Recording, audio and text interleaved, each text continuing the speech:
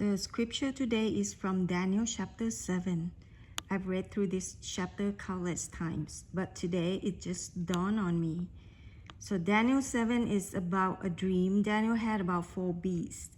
You can read it from verses 1 through 8. He was even given the interpretation of the dream in verses 15 to 25. But today we're going to focus on verse 9 and 10, which come right after Daniel sees the 4th beast with 10 horns and the little horn that appears after 3 of the horns are uprooted. So verse 9 said, "As I looked, thrones were set in place, and the Ancient of Days took his seat. His clothing was as white as snow. The hair of his head was white like wool. His throne was flaming with fire, and its wheels were all ablaze. A river of fire was flowing, coming out from before him. Thousands upon thousands attended him. 10,000 times 10,000 stood before him. The court was seated, and the books were open." Remember this language, the books were open.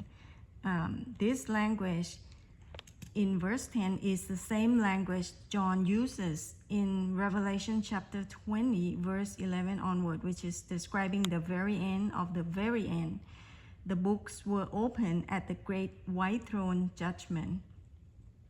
So let's go read that now. This is Revelation chapter 20, verse 11. "Then I saw a great white throne and him who was seated on it. Earth and sky fled from his presence, and there was no place for them. And I saw the dead, great and small, standing before the throne, and books were opened. Another book was opened, which is the book of life. The dead were judged according to what they had done, as recorded in the books."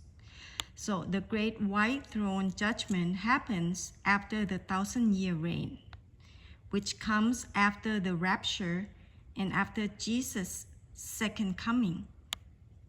That's very interesting because there's another brother has a series sharing his interpretation of Daniel chapter 7, particularly the 4th beast, where we are today with the 10 horns, the coalition of nations, and the little horn.